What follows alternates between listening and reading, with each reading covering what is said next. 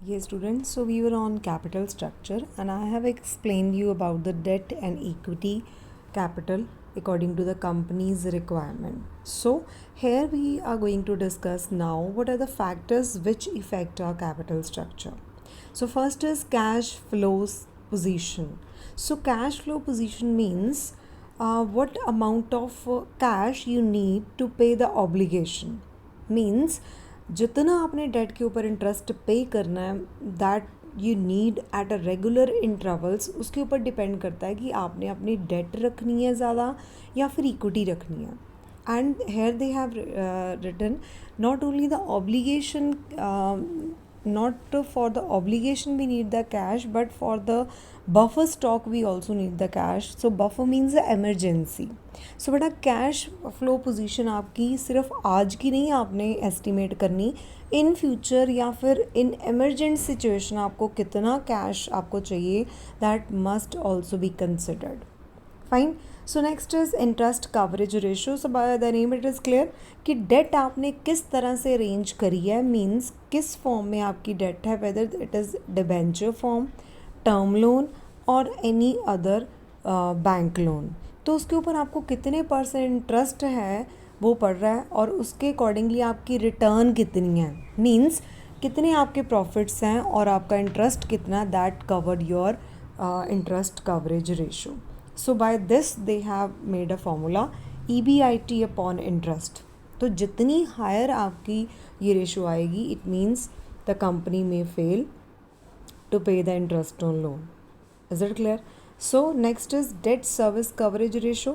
So debt service coverage ratio means कि पूरी obligation that are under the denomination. आप देखो denominator में क्या है, preference dividend, interest and repayment obligation. मतलब कितना आपको कैश चाहिए जो आपने प्रेफरेंस शेयर को डिविडेंड की फॉर्म में देना है, डेट में अगर डिबेंचर्स इशू करें तो इंटरेस्ट की फॉर्म में देना है, या फिर कोई हर साल आपके डिबेंचर्स ड्यू हैं उसको आपने रीपे करना है. क्लियर. और न्यूमरेटर में profit after tax, depreciation, interest and non cash expenses. So debt service coverage ratio means कि हमारी कितनी बोरोइंग के ऊपर हमारी ऑब्लिगेशंस कितनी हैं और कितने पैसे हमारे पास बचते हैं आफ्टर पेइंग द ऑब्लिगेशन. और अगर इसकी रेशो ज़्यादा आती है it means we can afford more borrowings. Fine. So next is return on investment. So this is also by the name it is clear कि जितनी इन्वेस्टमेंट के ऊपर रिटर्न ज़्यादा है इट मीन्स आप उतना ही आपका EPS ज़्यादा होएगा और उतना ही आप अपनी इक्विटी को ज़्यादा रेज कर सकते हो. क्लियर. सो जितनी इक्विटी आपने ज़्यादा रेज करी है it means you have the capacity to bear all the interest as well as on the obligation also. Then cost of debt means कि व्हाट टाइप ऑफ फंड्स, मतलब आपकी डेट या फिर आपकी जो इक्विटी है उसको दोनों को रेज़ करने में से किसका खर्चा कम है. मींस अगर मैं मार्केट से लोन ले रही हूँ तो आजकल अगर मार्केट में स्लम चल रहा है, मतलब the interest rates are down, तो मुझे लगता है कि मुझे इंटरेस्ट जो लोन बोरिंग करना that would be more cheaper rather to issue the shares. But अगर हमारी मार्केट में जो इंटरेस्ट के रेट्स हैं वो बहुत ज़्यादा चल रहे हैं, मींस बोरोइंग पे मेरे को ज़्यादा इंटरेस्ट पड़ रहा है, तो मैं उस केस में डेट नहीं ज़्यादा लूँगी, मैं in place of that I will issue the shares. That means this is the cost of debt. Fine. So next is tax rate. So tax rate means कि जो ये हमने अपनी एग्जाम्पल में भी करा था कि हमारे EPS में जो EPS means earning per share कैसे आता है कि जब आपकी जो प्रॉफिट्स बचते हैं उसमें से आपने इंटरेस्ट लेस करके और उसके बाद आपने टैक्स लेस करके जो पैसा बचता है that is in the hands of share holders. अब टैक्स रेट का मतलब क्या होएगा, जितना आपको टैक्स ज़्यादा पड़ रहा है तो उतनी आपकी डेट आपको ज़्यादा चीप पड़ेगी. रीज़न बीइंग कितना ही आपका टैक्स जो है इंटरेस्ट के बाद कट जाएगा. So it means if the tax rate is higher so the more tax you will have to pay. But अगर आपका प्रॉफिट ही कम बचता है, मतलब आपका इंटरेस्ट ज़्यादा डिडक्ट हो जाता है, तो उतना ही आपको प्रॉफिट कम बचेगा और जितना कम प्रॉफिट बचेगा उतना आपका टैक्स कम लगेगा.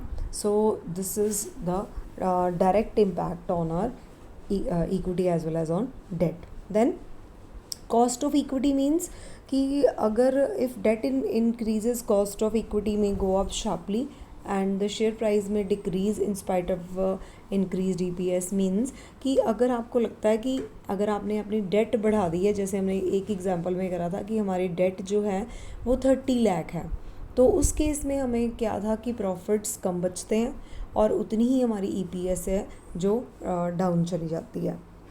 ठीक है जी, so that is why share price में डिक्रीज।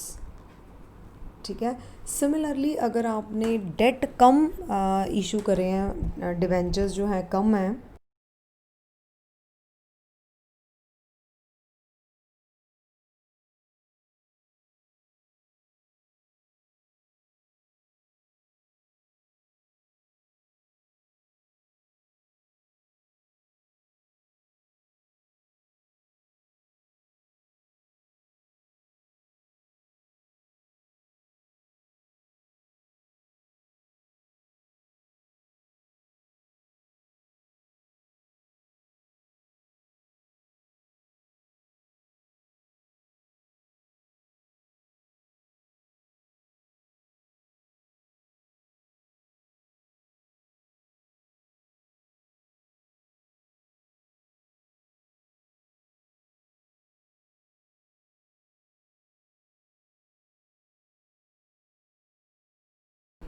उतना ही जो है उतना ही आपका शेयर प्राइस है दैट वुड इंक्रीज। सो बेटा यहाँ पे कॉस्ट ऑफ इक्विटी का मतलब उन्होंने कंपेयर करा है डेट से, कि अगर आप अपनी डेट इंक्रीज करते हो ऑब्वियसली जो शेयर होल्डर्स के लिए हैं वो प्रॉफिट बचेंगे कम और उतना ही आपका EPS इफ़ेक्ट करेगा and vice versa.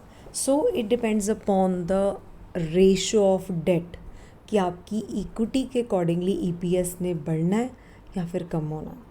Clear? So both effect each other. Debt अगर हम प्रपोर्शन ज़्यादा रखेंगे तो ऑब्वियसली EPS पे इफ़ेक्ट पड़ेगा। सिमिलरली अगर हम इक्विटी ज़्यादा रखेंगे तो हमारे टैक्स पे ज़्यादा फ़र्क पड़ेगा क्योंकि हमारा प्रॉफिट ज़्यादा बच जाएगा और टैक्स ज़्यादा देने पड़ेंगे और उतना ही हम लोग डेट की रेशो को कम कर देंगे। फाइन। सो इसके बाद क्या है, flotation cost. So flotation cost this I have also explain कि जितने भी शेयर्स हम इशू करते हैं उसके ऊपर हमारा खर्चा कितना आता है, मतलब पब्लिक को ऑफ़र करना, प्रोस्पेक्टस इशू करना, फिर सारी फॉर्मेलिटीज़ करना। अगर हमारी कंपनी ज़्यादा बड़ी है, ज़्यादा क्वांटिटी में हमने इक्विटी शेयर इशू करने हैं तो उतना ही हमें फॉर्मेलिटीज़ ज़्यादा करनी पड़ेंगी।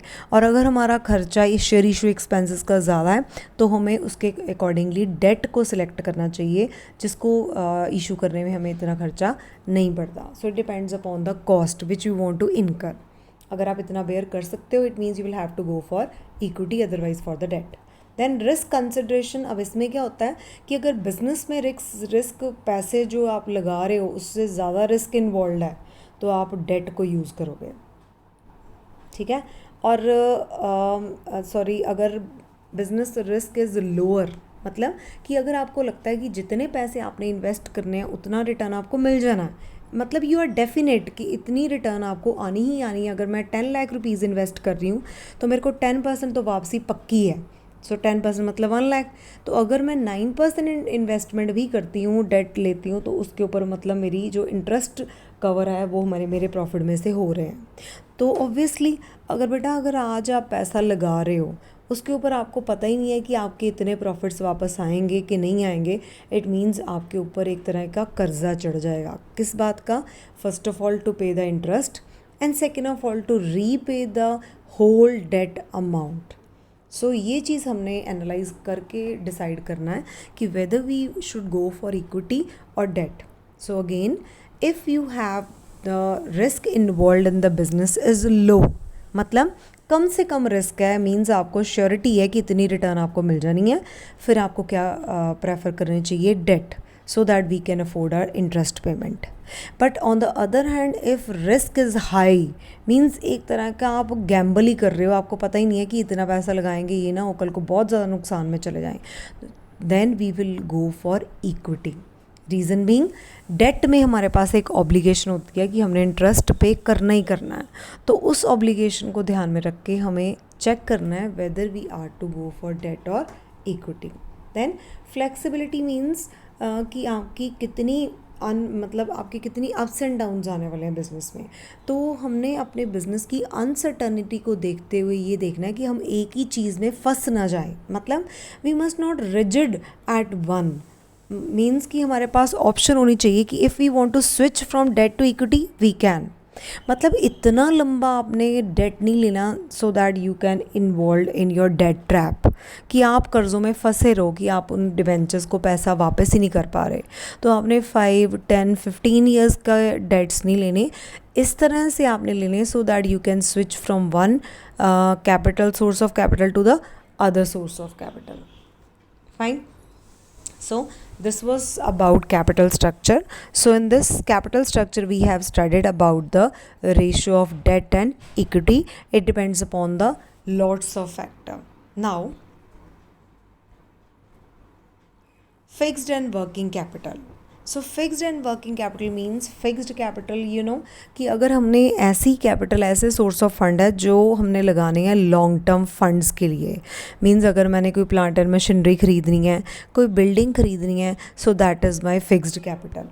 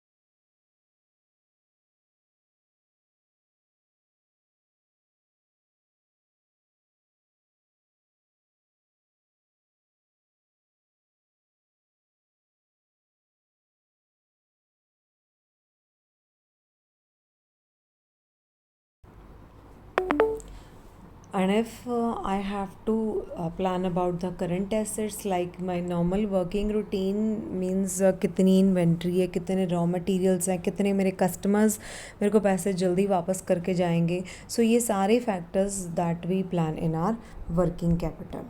Now what are the factors which affect the requirement of fixed capital? मतलब अब फिक्स्ड कैपिटल आपने कितनी लगानी है, वो किन किन फैक्टर्स को आपने ध्यान में रख के करनी है कि आपकी फिक्स्ड कैपिटल की रिक्वायरमेंट है। फर्स्ट ऑफ ऑल आपका नेचर ऑफ बिजनेस, मीन्स कि अगर आपका बिजनेस ऐसा है कि आपको इतनी मशीनरी, इतनी लैंड की ज़रूरत नहीं है, सो इट मीन्स आपकी फिक्स्ड कैपिटल उतनी कम होएगी। बट अगर आपका बिजनेस लार्ज स्केल का है, आपको पता है कि आपने प्रोडक्शन बढ़ानी है, तो विदाउट न्यू मशीनरी या without new purchase of land या एक्सटेंशन ऑफ लैंड आपका काम नहीं बनेगा। So that means we'll have to incur such expenses on our fixed asset. Then scale of operation are same, कि अगर हमारे स्केल ऑफ ऑपरेशन मतलब हमारी प्रोडक्शन लार्ज स्केल पे है, सो उतना ही हमारा इन्वेस्टमेंट होएगा फिक्स्ड एसेट पे, उतनी ही हम अपनी मशीनरी, अपनी बिल्डिंग के ऊपर ध्यान देंगे। और जितना कम होएगा it means that requirement must be sufficient. Then choice of technique. So choice of technique means this you also read in your economics as well, whether you are to follow the capital intensive technique or labor intensive technique. So capital intensive technique means कि वो capital, वो आपने जो पैसा है जो सिर्फ आपने अपनी एक बारी कर दिया, मशीनरी को ख़रीद लिया, बाद में आपकी सारा काम आपके लेबर्स ने नहीं, आपकी एक मशीन ने कर देना है, तो उतनी ही आपकी फिक्स्ड कैपिटल रिक्वायरमेंट होएगी ज़्यादा। But just in case if you have following the labour intensive technique, so labor intensive technique means कि you will have to employ more labor and less machinery.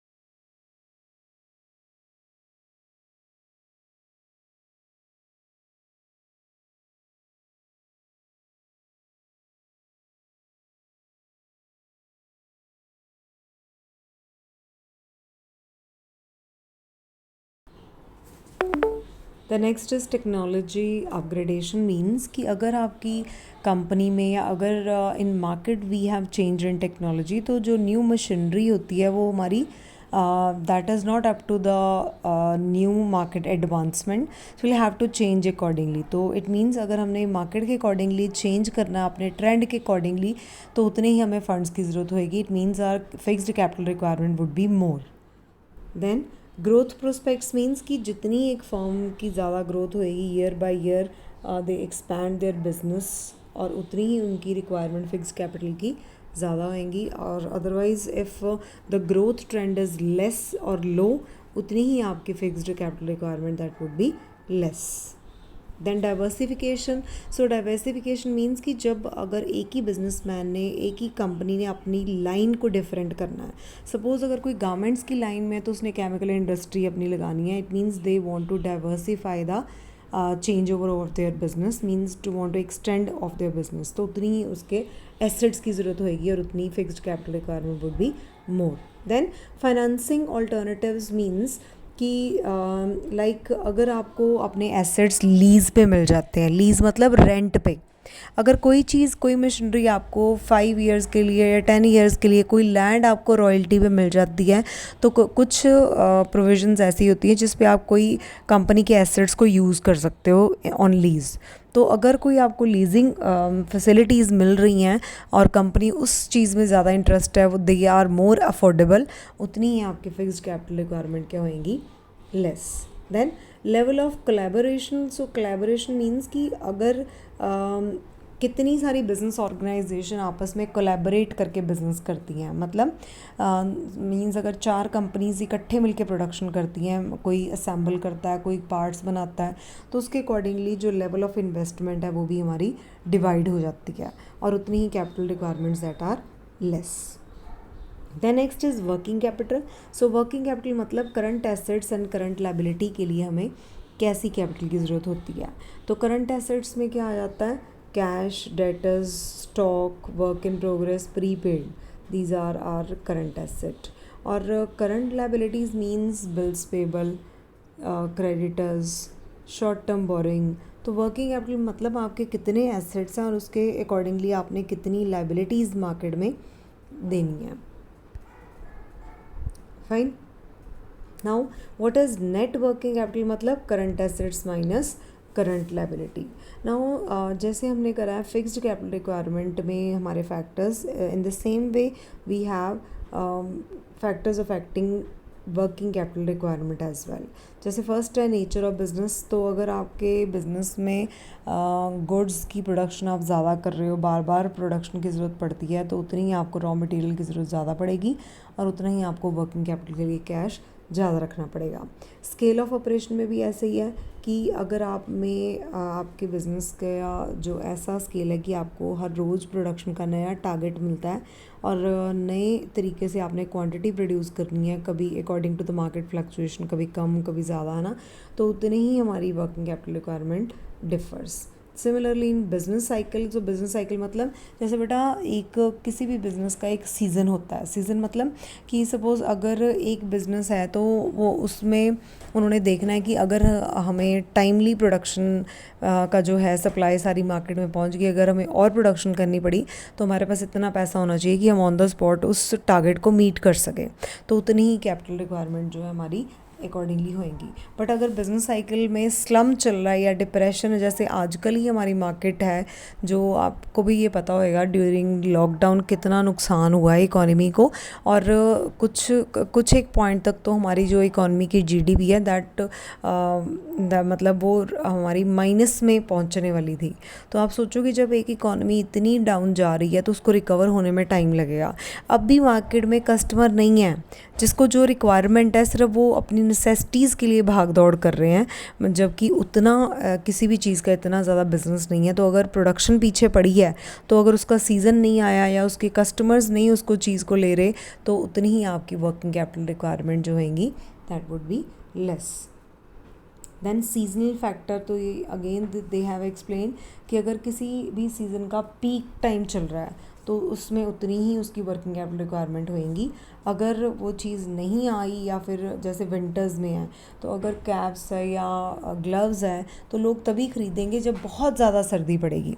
Normal सर्दी के लिए तो हमें इन चीज़ों की इतनी ज़्यादा ज़रूरत नहीं होती। So it depends upon the type of factors of according to the season.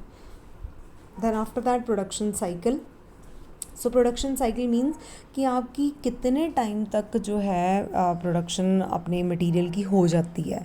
Suppose अगर आपकी अगर मैंने 50,000 का रॉ मटेरियल मंगा लिया तो उसको प्रोडक्शन वो मैंने कितनी प्रोडक्शन के लिए मंगाया, for a week, for a month, तो मेरा वो साइकिल कितने टाइम तक कंप्लीट होएगा उस पर मेरे को डिपेंड है कि मेरे को नेक्स्ट पैसों की ज़रूरत कब पड़ेगी, 1 वीक के बाद या फिर 1 मंथ के बाद। So it depends upon the production cycle. Then credit allowed means कि आप अपने डेटर्स को कितना टाइम पीरियड दिया है कि वो आपको पैसा वापस कर जाएं। अगर तो आपके डेटर्स आपको 2 मंथ्स तक पैसा वापस कर जाएंगे, इट मीन्स आपको सिर्फ 2 मंथ्स का कैश चाहिए। बट अगर आपको लगता है कि आपके क्रेडिटर्स 6 मंथ्स तक पैसे वापस करेंगे, so you must have sufficient funds for circulation of the money for 6 months. ठीक है जी। Then next is credit availed. So credit availed in the same way, अगर हमने उधार पे गुड्स ख़रीदी हैं तो हमें कितने टाइम का सप्लायर ने टाइम दिया है, कितने टाइम का आपको मिला कि आपने रीपेमेंट करनी है। तो अगर आपने थोड़े टाइम में रीपेमेंट करनी है तो आपकी रिक्वायरमेंट ज़्यादा होएंगी। अगर उन्होंने 6 मंथ्स 8 मंथ्स आपको दे दिए हैं तो उतनी ही आपको टाइम मिल जाएगा अपनी पैसे को सर्कुलेट करने का। देन ऑपरेटिंग एफिशिएंसी मीन्स कि आपकी इकोनॉमी, आपकी जो कंपनी है उसकी टर्नओवर कितनी जल्दी मल्टीप्लाई होती है, मतलब कितनी बारी स्टॉक बनता है बिकता है, बनता है बिकता है। सो this is called the operating efficiency. तो जितनी जल्दी आपका स्टॉक बनेगा, मार्केट में पहुंचेगा, फिर रिटर्न आएगी, पैसे आएंगे, फिर बनेगा, फिर तो उतनी ही आपकी वर्किंग कैपिटल कम होएंगी। बट अगर आपको कुछ ऐसा प्रोडक्ट लाइक अगर हमने कूलर्स ही बनाने हैं, अगर कूलर का सीज़न है ना, तो बेटा अगर कूलर की रिक्वायरमेंट होती है अप्रैल मई, जो हमारे एयर कूलर्स होते हैं अप्रैल मई जून में, है ना, जब तक बारिश नहीं होती उससे पहले जो समर सीज़न होता है that is best for that business. तो क्या उसकी प्रोडक्शन उसी टाइम पे थोड़ी होती है? या फिर अगर हम विंटर क्लोथिंग की बात करें तो जो विंटर क्लोथिंग है वो विंटर्स तक मार्केट में आ जाती हैं, तो उसकी प्रोडक्शन कब होती है? In summers. So obviously it depends upon the efficiency, it depends upon the cycle कि आपका कब आपकी रिक्वायरमेंट है और कब तक आपको प्रोडक्शन चाहिए। Then availability of raw material. So अगर आपको रॉ मटेरियल इजीली मिल जाता है, जितना आपको चाहिए जब आप ऑर्डर करोगे मिल जाएगा, उतनी आपकी वर्किंग कैपिटल रिक्वायरमेंट कम होएगी। बट अगर कोई ऐसा रॉ मटेरियल है वो जो मिलता ही आपको सीजनली है या फिर जो आपको थ्रू आउट द ईयर नहीं मिलना, तो आप एक ही बारी में रॉ मटेरियल लेके रख लोगे सारा। जैसे कॉटन की प्रोडक्शन, ये थ्रू आउट द ईयर नहीं होएगी, जब कॉटन का सीज़न होएगा तब आप उसकी इकट्ठा ही रॉ मटेरियल लेके ख़रीद के रख लोगे। ठीक है जी। सो उस अकॉर्डिंगली हम अपनी प्रोडक्शन करेंगे। सो इट मीन्स उस टाइम पे हमें वर्किंग कैपिटल रिक्वायरमेंट क्या होगी हमारी ज़्यादा। इन the same way growth prospect, मतलब कि अगर कंपनी की जो ग्रोथ प्रोग्रेस ज़्यादा है, जल्दी है, तो उतनी ही वर्किंग कैपिटल रिक्वायरमेंट कम होएगी, बिकॉज कंपनी अपने ही पैसे को जल्दी से मल्टीप्लाई कर लेगी। ठीक है जी। Then level of competition means कि जितना, जैसे अगर आपका मार्केट में बहुत ज़्यादा आपके बिज़नेस का कंपटीशन है तो उतना ही आपको स्टॉक अपने पास रखना पड़ेगा कि मार्केट में फटाफट हम लोग जो हैं अपने सप्लायर को, डिस्ट्रीब्यूटर को जो है डिस्ट्रीब्यूट कर दें, सो दैट कोई और कंपनी आके अपना गुड्स ना वहाँ पे रख दें, है ना। सो हमारा फिनिश गुड्स का स्टॉक इतना होना चाहिए so that we can prevail in the market situation. Then inflation means कि अगर प्राइजेज़ ऑफ जो है रॉ मटेरियल है या लेबर है उनके बढ़ रहे हैं तो ऑब्वियसली उतनी ही रिक्वायरमेंट हमारी क्या हो जाएंगी? कम। ठीक है जी। बिकॉज़ उतना ही हमें सोच के लेना पड़ेगा। अगर आपको लगता है कि कल को प्राइस कम होने वाले हैं तो आज आप इतना स्टॉक नहीं लोगे जितना कि इन फ्यूचर लोगे। और सिमिलरली अगर आपको लगता है कि फ्यूचर में प्राइसेस बढ़ने वाले हैं तो फिर आज आपकी वर्किंग कैपिटल रिक्वायरमेंट क्या होएंगी? ज़्यादा। Clear? So by this chapter is also over.